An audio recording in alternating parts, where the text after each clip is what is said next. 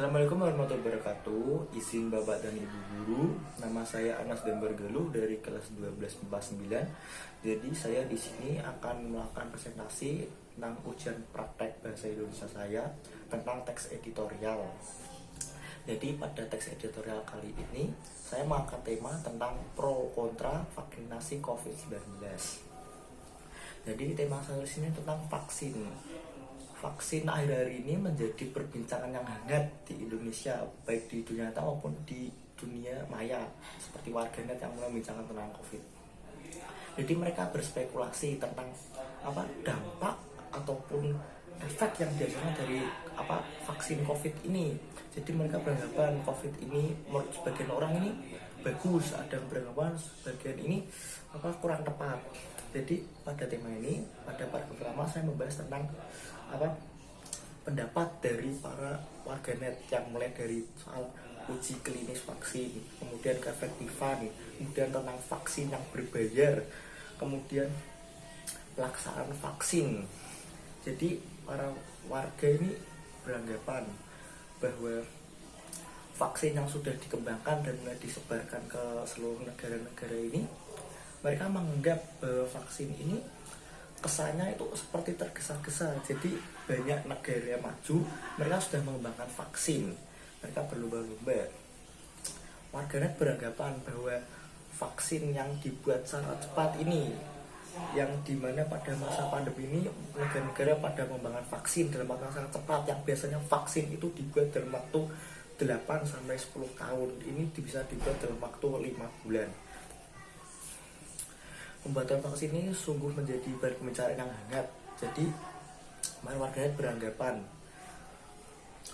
pemerintah seharusnya jangan langsung melakukan program vaksinasi vaksin, karena vaksin tersebut bukan dikembangkan oleh negara kita tapi oleh negara lain. Bahkan negara-negara maju itu mereka berlomba-lomba mengembangkan vaksin, bahkan sampai WHO mewanti-wanti agar tidak ada monopoli tentang pengembangan vaksin untuk dijadikan finansial.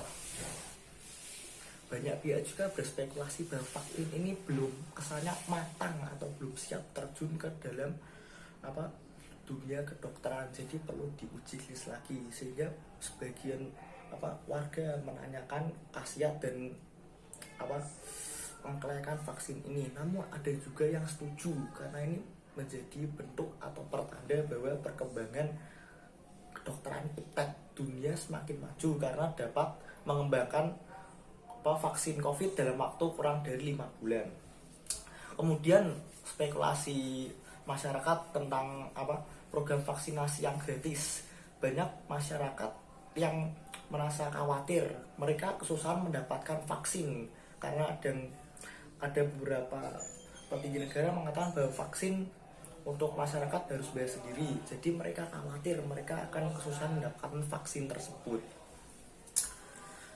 Namun ada juga beberapa masyarakat yang beranggapan bahwa vaksin berbayar itu sebagai bentuk apresiasi terhadap ahli maupun pemerintah yang telah mendatangkan vaksin tersebut. Untuk yang menginginkan vaksin gratis, karena mereka beranggapan banyak dari mereka yang pada masa pandemi ini kesulitan mendapatkan penghasilan atau pemasukan.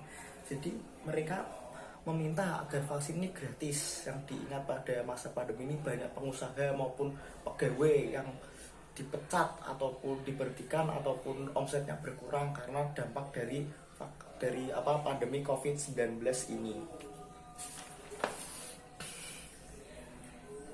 Kemudian ada pula kekhawatiran masyarakat tentang efek samping dari vaksin COVID ini.